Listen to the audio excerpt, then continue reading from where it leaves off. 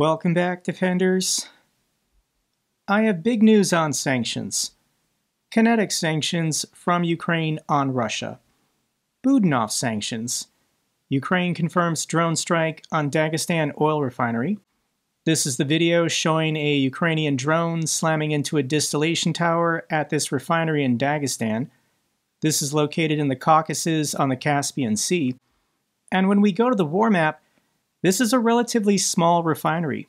It only produces about 1 million tons of refined products per year, and it's located about 990 kilometers from the border. I was wondering if Ukraine is going to go after these relatively smaller refineries, and the answer is yes. Ukraine eventually is going to go for them all. They're going to keep going until Russia stops this war. Third time's a charm. Ryazan oil refinery burns again after reported drone attack. Ukrainian drones reportedly hit Rosneft's largest refinery in Ryazan, sparking a major fire and marking the third attack on the key fuel hub since August. This is the video showing the Ryazan oil refinery once again on fire. I'll link it down below. Ukraine struck it hard. And there is speculation that this was the Peklo cruise missiles used by Ukraine. Not drones. I mean, really, they're kind of like a drone missile hybrid, but more and more, Russians are spotting these in the skies of the border regions crossing into Russia. So we can go to the war map, and this is the Ryazan refinery. This is Russia's third largest, and Ukraine struck it twice in 2024, 3 or 4 times earlier this year, but 3 times since August. This refinery is really hurting. We also got good news that Russia's Novokubieshevsk oil refinery has stopped processing after the drone attack from 3 or 4 days ago. Rosneft controlled Novokubieshevsk oil refinery in Russia's Volga region halted primary crude processing on Sunday following a drone attack. According to the sources, the refinery halted crude distillation unit CDU-11 with a capacity of 18,000 metric tons per day, or 138,000 barrels per day. Whatever the price of oil is, multiply that by 138,000. That is how effective these Ukrainian sanctions are on Russia's oil industry. They also said another primary unit, CDU-9, had been shut down also since Sunday. This is fantastic progress. Non-refinery targets. Explosion in Russian military ammunition factory kills 10, injures 18. Authorities say the deadly blast at the Plastmas factory in Kopyatsk in Russia's Chelyabinsk region resulted from safety violations, not a drone strike or sabotage. Russia doesn't want to admit that Ukraine struck it, but Ukraine is taking responsibility. This is where Chelyabinsk is located, and this was an ammunition factory. So it's pretty flammable, pretty explosive. We do have a CCTV video showing the detonation. I can link this down below. But we actually have an on-the-ground field report from a local Russian resident. This is a citizen of the city of Chelyabinsk, and he is going to describe what he saw and heard. Ну да, вот в той туче только что вот так. Вот так прям взрыв. Вот так. That is some fantastic reporting, and it's very accurate. When an ammunition factory blows up, oftentimes there's secondary explosions of the munitions going off. Ukraine reportedly hits Bryansk chemical plant with Storm Shadow cruise missiles. The general staff described the sanctioned plant as a key facility of the aggressor's state military-industrial complex, producing gunpowder, explosives, and rocket fuel. This is kind of controversial. It's been a very long time since we've had a report about a British Storm Shadow cruise missile or a French Scalp being used on the territory of Russia. Since Trump came back into office in January, There's been speculation that the Pentagon was telling Ukraine they're not allowed to use Western long-range missiles on Russian territory. They can use their own domestically produced stuff, but not Storm Shadows and not Scalps. And maybe this restriction is gone, but Trump denies lifting key restriction on Ukraine's using long-range missiles to hit targets inside Russia. Trump is denying that a policy was changed, but he's lying. Elbridge Colby in the Pentagon was the one who was saying to Ukraine not to use Storm Shadows or Scalps on Russian territory. But things have changed in the last 2 days. We're going to talk more about that later in the video, but we're going to continue, I think, with the bad news for Russia. Thermal power plants are continuing to be struck. This is a Russian thermal power plant in the Smolensk region, and the CHP-2 processor is currently on fire. This is going to continue. This is going to be a very difficult and long winter for the Russian people if their government does not stop this war. Additionally, this was a funny story. The Russians were trying to brag that they were using these civilian planes with guys in the back with machine guns to shoot down Ukrainian drones. It was supposed to be an inspirational and feel-good clip to show the Russian people they're doing something about these drone attacks. But the problem is that this airfield is close to the border, and Ukraine just sent drones to destroy these civilian planes. So the Russians were dumb enough to publicly explain what they were doing, and Ukraine took actions to destroy these planes that were being used for military purposes. We've also got fantastic news from the front. This goes back almost 2 months now, but it appeared that Russia had a breakthrough. They had entered one of the main defense lines of dugouts that the Ukrainians had built. Special brigades were brought in to contain the situation, and this has been like a boa constrictor, slowly tightening these Russian forces. They were isolated into about 3 separate pockets, and there was no rush. Ukraine is in no hurry.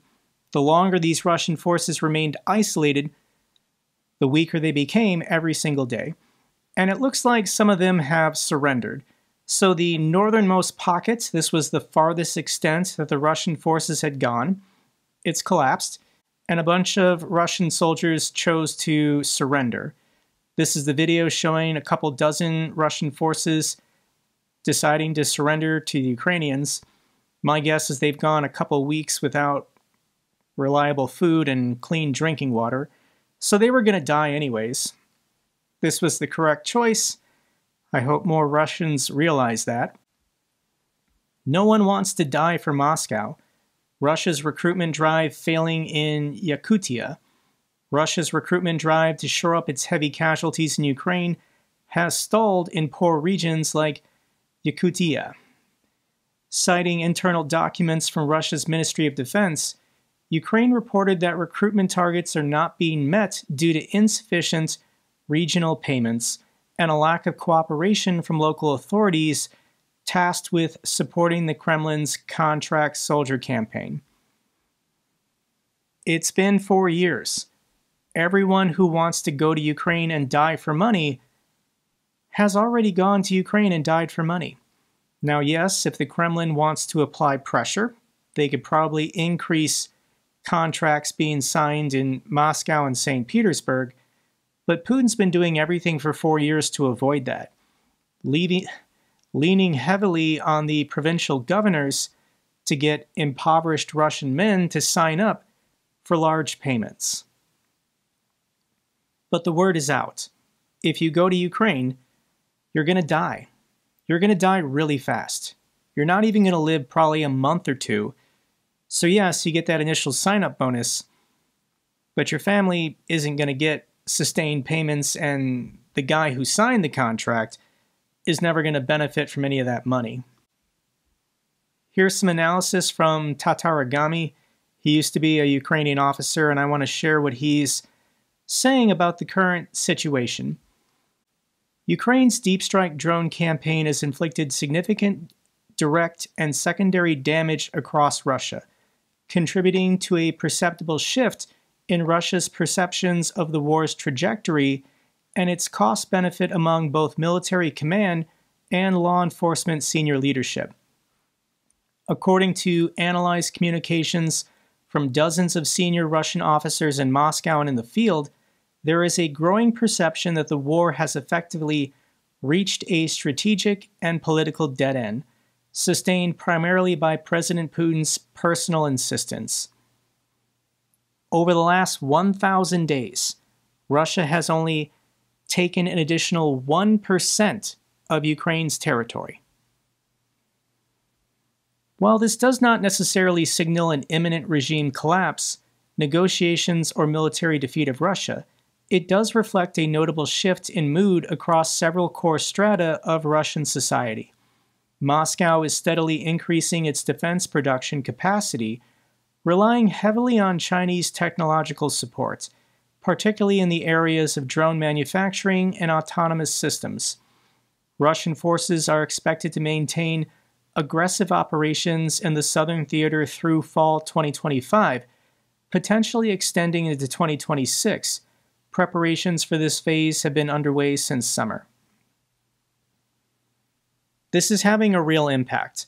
These drone strikes on refineries, the increased price of fuel. Every Russian citizen who drives a car is now feeling this and noticing this, and this is greatly unsettling people.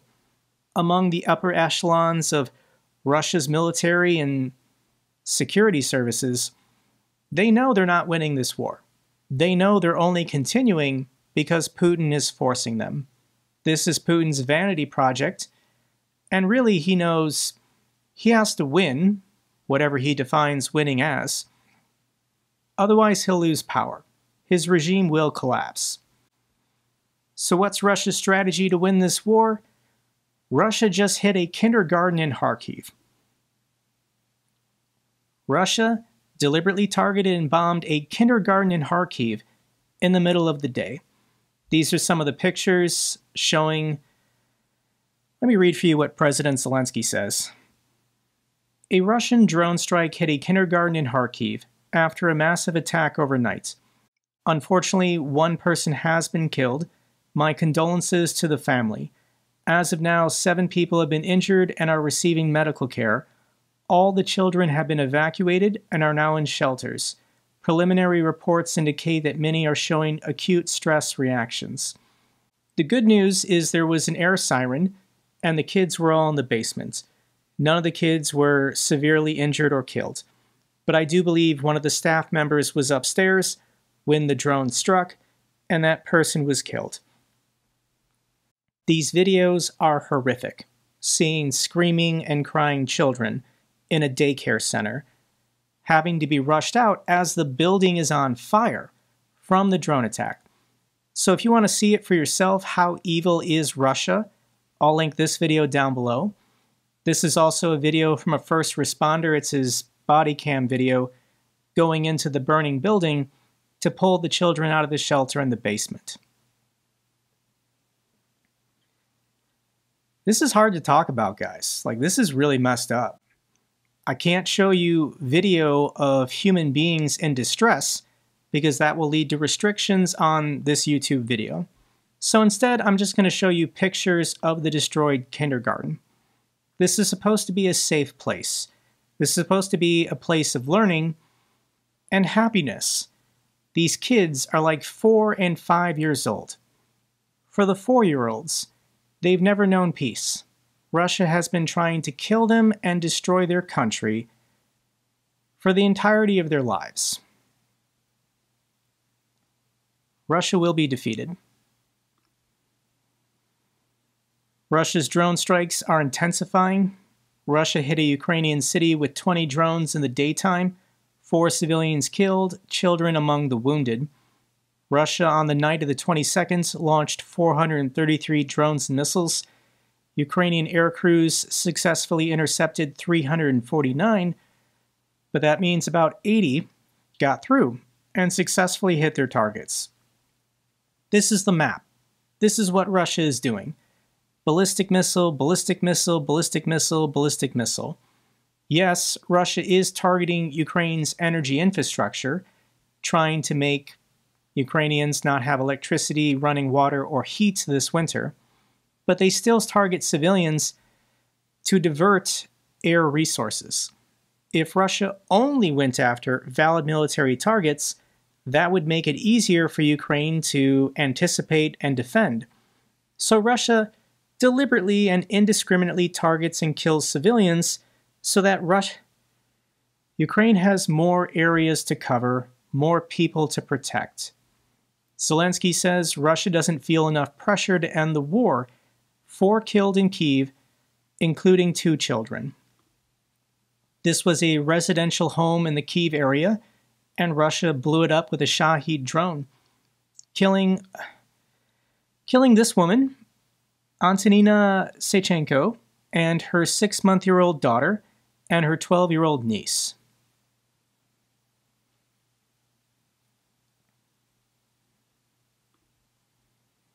These are the pictures.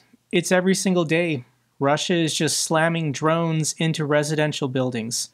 Thankfully, these buildings, none of them collapsed, but this is still just indiscriminate targeting, indiscriminate terrorism. Russia wants these people just to leave Ukraine, flee to the European Union for safety, deprive Ukraine of workers, of family connections, of tax revenue, of people willing to remain to defend their homes. Ukraine faces nationwide blackouts after Russia destroys 60% of gas production. Ukraine will spend $2.6 billion on fuel imports this winter after Russian strikes destroyed approximately 60% of its natural gas production. This is the ongoing cost every single day. We could be giving Ukraine all the weapons that are necessary to win this war, but instead we just give Ukraine a lot of money. And when Russia continues to destroy stuff, Ukraine then has to spend money, $2.6 billion, just to be able to heat their homes this winter. We need real change, and this could be the beginning. I am so hesitant to say anything, guys, but this could be the beginning of something. In Trump first, U.S. sanctions Russia's oil giants Rosneft and Lukoil after White House cancels meeting with Putin. So what happened was Zelensky went to the White House on Friday. It didn't go well.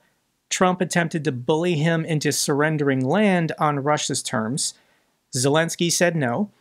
So Rubio got on the phone with Lavrov and said, "We need to freeze the contact line. Whatever the front lines are today, we need a ceasefire. The war has to stop. We'll then figure out the details later. But you have to stop bombing Ukrainian cities." And the Russians told Rubio, no, we're not going to stop anything. We're not going to negotiate. We're not going to change any of our demands from 3.5 years ago.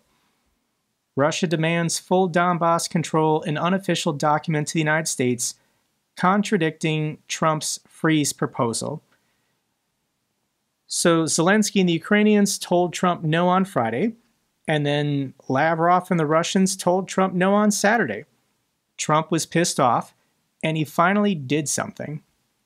Trump says he doesn't want a wasted meeting with Putin, so this meeting in Budapest, it's not going to happen. It was a really stupid idea. Nobody was impressed. Nobody was in favor of it, aside from Viktor Orban, who just wants the attention on him prior to his upcoming election. So Trump finally did something out of frustration and desperation. This is the U.S. Department of the Treasury. Treasury sanctions major Russian oil companies, calls on Moscow immediately to agree to a ceasefire. These are all of the subsidiaries of Lukoil and Rosneft that have been sanctioned. And this is different from UK sanctions or EU sanctions. And the reason why, it's because of the power of the US dollar. Anytime one of these companies or individuals does a transaction with another company or individual using US dollars, this goes through a terminal in New York City. So it's very easy to track and trace and hunt down these people if they violate sanctions. So there are lots of people who don't want to mess around. because the US dollar is the global reserve currency, and given liquidity problems of large transactions, you need US dollars to do large transactions. So I'm guessing this was the European Union and the UK that gave the Treasury Department this list. This is what the UK and the EU have done in their recent sanctions packages. They gave it to Trump. He probably didn't even read it, and he said, go ahead and do it. We'll start here. This is progress. Today, the U.S. Department of the Treasury's Office of Foreign Assets Control is imposing further sanctions as a result of Russia's lack of serious commitment to a peace process to end the war in Ukraine. Today's actions increase pressure on Russia's energy sector and degrade the Kremlin's ability to raise revenue for its war machine and support its weakened economy. Sanctions implications. As a result of today's action, all property and interests in property of the designated or blocked persons described above that are in the United States or in the possession or control of U.S. persons are blocked and must be reported to OFAC. If you're a U.S. citizen or you do business with the United States and you violate this sanction, then you can be sanctioned, or you can have your assets frozen or seized, or maybe even face criminal prosecution. That is the danger and threat of these U.S. sanctions that Trump has just enacted. This is very good news. So Kim notes that the U.S. Treasury Department also issued a general license on Wednesday that will allow for a wind-down period of transactions with Rosneft and Lukoil, which will expire on November 21st. So the U.S. Treasury Department is giving everyone a month's notice to finish their deals, finish their transactions, wrap everything up. After November 21st, people will then start being punished. This window, she says, should give countries that purchase large amounts of Russian oil, such as China and India, time to decide if they will stop importing Russian oil or face the threat of secondary sanctions. To achieve his goal of ending the war, Trump should prepare for a months-long ratcheting up of pressure on Moscow, says John. At the moment, all Putin sees for sure is another round of sanctions. It must not be the last. So if this is a one and done, it's not going to end the war. But there's a lot more that Trump could be doing and sanctioning. There's like over 1,000 of these Shadow Fleet tankers. And Trump could sanction them all. Trump could cripple Russia's Shadow Fleet today, if he wanted to. Here are some immediate results. China state oil majors suspend Russian oil buys due to sanctions. So China is just trying to figure it out. The problem with sanctions is when you sanction a company, somebody just creates a new shell company that's not sanctioned, and then the money redirects. So I'm sure the Chinese and the Russians are already scheming how to avoid or get around these, creating new entities, but it does slow them down. It does cost them money. It does make a difference. Trump cancels Putin summit, but Kremlin already achieved its goal on Tomahawks. So here's the problem. Yes, this is fantastic news. But when you actually watch clips of Donald Trump speaking, he's still not being hostile towards Putin or Russia. He's still saying nice things about Putin and Russia. He still wants to be friends with Putin and Russia. So he's not speaking in language of, we need to help Ukraine win, Russia must be defeated. His ultimate objective is to end the war today on favorable terms for Russia. But Russia's not allowed to go for anything more. The deal that Trump has been offering Putin is, you get to keep all territory you've taken, all sanctions on Russia will be lifted, all frozen assets will be returned, all diplomatic relations will be normalized. The only thing Russia has to do is stop killing people. And Putin is saying no to that deal, a deal that Trump has been offering for 10 months now. So this is positive, but Trump is still not officially on Ukraine's side. He's still not saying that Russia has to be defeated. He just wants this war and this problem to go away because he's sick of talking about it. He thinks this is really annoying. But this is what we want and need. This is Dmitry Medvedev's response to Trump on Telegram. Medvedev is the former president of Russia. I think he's the chair of Putin's Security Council. And here's Medvedev going nuts. If any of the numerous commentators still had illusions, here you go. The USA is our enemy, and their talkative peacemaker has now fully taken up the path of war with Russia. Yes, he does not always actively fight on the side of Banderite Kyiv yet, but this is now his conflict, not the senile Biden's. Of course, they will say that he could not do otherwise, that he was pressured in Congress, etc. This does not change the main thing. The decisions made are an active war against Russia, and now Trump has fully aligned himself with the insane Europe. Trump might have messed up if he still wants to have a future relationship with Putin and Russia. But for 10 months on this YouTube channel, this is what we've been trying to do. Get the Russians and MAGA to be fighting with each other so that we can break up this bromance and stop these two from collaborating and coordinating on future projects. Greenland, Canada, Finland, Poland, the Baltics. We just need to get these two fighting with each other. And Russia will lose. So who is probably smiling the hardest tonight? And it's got to be President Zelensky. He went to this White House meeting on Friday. It was an ambush. Trump yelled at him behind closed doors and swore at him and tried to bully him into giving up the rest of Donetsk. And Zelensky remained calm and just said no. When Trump tells you to do something and you know you shouldn't do it, you can just say no, and he will move on and do something different. I think Zelensky has figured this out, and he's the winner over the last 5 days, and Russia is the loser. Let's get to the good news for Ukraine. Spain to ship 70 generators to Ukraine as winter approaches. Thank you so much, Spain. Spain has also announced they will join the Pearl Initiative to buy weapons for Ukraine. So once again, thank you so much, Spain. Norway pledges $140 million for Ukrainian energy as Zelensky goes on a tour of the Nordic countries. Thank you so much, Norway. And yes, Zelensky is currently in Sweden.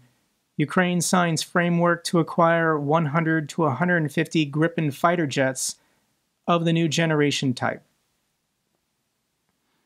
What was Ukraine's options for purchasing jets? And they could have gone with French Mirage or obviously F-35s, F-16s. Ukraine is going to maintain some American planes. But going forward in the future, 10, 20, 30 years from now, Ukraine wanted to commit to European planes. So they're going to buy over 100 of these Gripen fighters that have to be built from scratch. So they're not going to be delivered or arriving in Ukraine probably until after this war is over. But Ukraine has decided this is going to be their future military jet. This is what is going to be protecting their skies from the Russians 10 or 20 years from now. Here's what Zelensky has to say at the announcement. Today we are opening an entirely new and truly meaningful chapter in our relations between Ukraine and Sweden, and more broadly, overall security relations in Europe. Here's a fun video of Zelensky touring the facility, I think, where these planes are constructed. Let me share this video with you.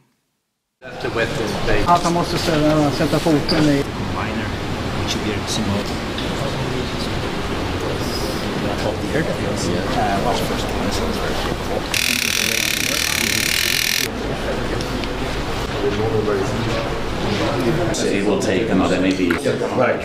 Want to send me to the BVR scenario? Going up here, and I'm going to select targets. In sight. Be careful, it's your prime minister. Yeah, exactly. Pleasure for me. Plus, there are I'm looking up a boss. I'm sorry. That's how we practice every week. I think it was week 9, and also the mids unit for the links. Looks great. Thank you so much, Sweden. That's all for this update video.